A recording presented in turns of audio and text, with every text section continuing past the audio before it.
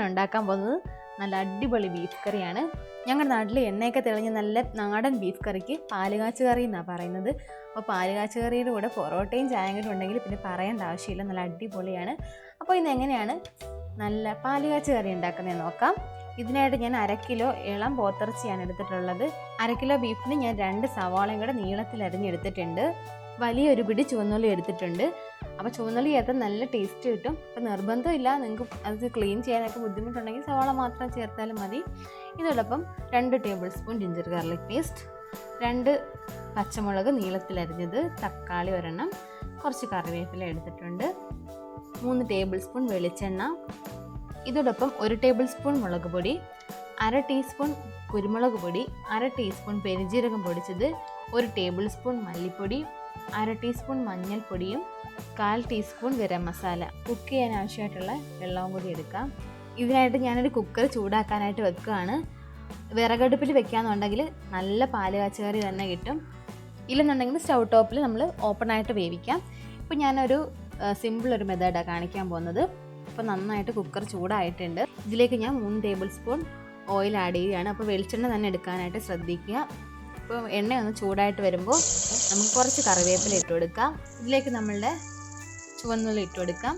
അപ്പോൾ കീറിയിടണമെന്നൊന്നുമില്ല, ഇങ്ങനെ തന്നെ ഇട്ടാലും പെട്ടെന്ന് തന്നെ വാടി കിട്ടും. ഈ ഉള്ളി ഒന്ന് വാടാൻ ആവശ്യമായിട്ടുള്ള കുറച്ച് ഉപ്പിട്ട് കൊടുക്കാം. ഈ ഉള്ളിയിലേക്ക് ജസ്റ്റ് നാവി കയറുമ്പോൾ തന്നെ നമ്മളുടെ സവാള ഇട്ട് കൊടുക്കാം. ഇനി സവാളയും ചുവന്നുള്ളിയിൽ കിടന്ന് നന്നായിട്ടൊന്ന് വഴണ്ട് കിട്ടണം. ഇനി ഈ സവാളയ്ക്ക് കൂടെ ആവശ്യമായിട്ടുള്ള ഉപ്പിട്ട് കൊടുക്കാം. ഇതെല്ലാം കൂടെ നന്നായിട്ട് മിക്സ് ചെയ്തിട്ട് നമ്മുടെ ജിഞ്ചർ ഗാർലിക് പേസ്റ്റ് കൂടെ ആഡ് ചെയ്ത് കൊടുക്കാം. ഇത് ജസ്റ്റ് ഒന്ന് ഇളക്കിയിട്ട് നമ്മളുടെ 2 പച്ചമുളക് നീളത്തിൽ അരിഞ്ഞത് ഇട്ട് കൊടുക്കാം. ഇപ്പോൾ എരിവ് നന്നായിട്ട് വേണമെന്നുണ്ടെങ്കിൽ 4-5 എണ്ണമൊക്കെ ചേർക്കാം. ഇതെല്ലാം കൂടെ നന്നായിട്ടൊന്ന് മിക്സ് ചെയ്തൊന്ന് വഴണ്ട് വരാനായിട്ട് നമുക്കൊന്ന് അടച്ചു വെക്കണം. ഈ സവാള ഒന്ന് വഴലുന്ന സമയം കൊണ്ട് നമുക്ക് ഒരു പാനിലേക്ക് നമ്മളുടെ മസാലകളെല്ലാം കൂടി ഒന്ന് മൂപ്പിച്ചെടുക്കണം. അതിനായിട്ട് ഞാൻ ഇരുമ്പിൻ്റെ ചെറിയ പാൻ വെച്ചിട്ടുണ്ട്. പാൻ നന്നായിട്ട് ചൂടാകുമ്പോൾ വെളിച്ചെണ്ണ ഒഴിച്ചു കൊടുക്കാം. ഇനി നമ്മൾ എടുത്ത് വെച്ചിട്ടുള്ള മസാലകളെല്ലാം കൂടി ഇതിനകത്തോട്ട് ആഡ് ചെയ്യാം. അപ്പോൾ ഫ്ലെയിം കുറച്ചിട്ടിട്ട് വേണം മസാല മൂപ്പിക്കാനായിട്ട്, അല്ലെങ്കിൽ മസാല കരിഞ്ഞു പോകും. ഈ മസാല മൂക്കുന്നതിൻ്റെ പാകമൊക്കെയാണ് നമ്മളുടെ കറിക്ക് നല്ല ടേസ്റ്റ് നൽകുന്നത്. അപ്പോൾ കരിഞ്ഞു പോയാൽ കറിക്ക് ടേസ്റ്റ് ഉണ്ടാവില്ല. അപ്പോൾ ചെറിയ തീയിൽ നന്നായിട്ടൊന്ന് വറുത്ത് തന്നെ എടുക്കാം. മസാല മൂക്കുന്ന ഒരു മണം വരുമ്പോൾ തന്നെ ഫ്ലെയിം ഓഫ് ചെയ്യുക. അപ്പോൾ ഈ ഒരു കളറിലിരിക്കണം. ഇനി നമ്മുടെ സവാള നന്നായിട്ടൊന്ന് വഴണ്ട് കഴിയുമ്പോഴത്തേക്കും നമ്മളുടെ ഈ മസാല ഇതിനകത്തോട്ട് ആഡ് ചെയ്ത് കൊടുക്കണം. ഇപ്പോൾ ഇതല്ലാണ്ട് നന്നായിട്ടൊന്ന് വഴണ്ട് വന്നിട്ടുണ്ട്.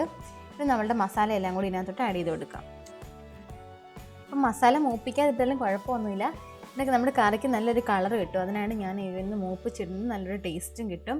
ഈ ഒരു മസാല എല്ലാം കൂടെ മിക്സ് ചെയ്യുമ്പോൾ അടി പിടിക്കാതെ ശ്രദ്ധിക്കണം. ഈ ഒരു ടൈമിൽ നമ്മുടെ തക്കാളി അരിഞ്ഞതോടെ ഇട്ട് കൊടുക്കാം. അപ്പോൾ തക്കാളി കൊണ്ട് നന്നായിട്ടൊന്ന് ഉടഞ്ഞ് കഴിയുമ്പോഴത്തേക്കും നമ്മൾ കഴുകി വൃത്തിയാക്കി വെച്ചിട്ടുള്ള ഇറച്ചി ഇട്ട് കൊടുക്കാം. അപ്പോൾ ഇറച്ചി മസാലയിലാണ് നന്നായിട്ടൊന്ന് മിക്സ് ആക്കി എടുക്കണം. ഇനി നമുക്ക് ഈ ഇറച്ചിക്ക് ആവശ്യമായിട്ടുള്ള കുറച്ച് ഉപ്പും കൂടി ആഡ് ചെയ്ത് കൊടുക്കാം. നമ്മൾ ആദ്യം സവാളയ്ക്കും ചുവന്നുള്ളിക്കും ഒക്കെ ഉപ്പിട്ടതാണ്, അപ്പോൾ അതനുസരിച്ച് വേണം ഉപ്പ് ആഡ് ചെയ്യാനായിട്ട്. ഈ മസാലയൊക്കെ നന്നായിട്ടൊന്ന് തിളച്ച് വരുമ്പോഴത്തേക്കും നമുക്ക് കുറച്ച് വെള്ളം ഒഴിച്ചു കൊടുക്കാം. അപ്പോൾ ഇറച്ചിയിൽ നിന്ന് തന്നെ വെള്ളം ഇറങ്ങും, എങ്കിലും അടി പിടിക്കാനുള്ള ചാൻസ് ഉണ്ട്. അതുകൊണ്ട് കുറച്ച് വെള്ളം കൂടി ഒഴിച്ചിട്ട് ഒന്ന് ഇളക്കി നമുക്ക് ഒരു 2 വിസിൽ അടുപ്പിച്ചെടുക്കണം.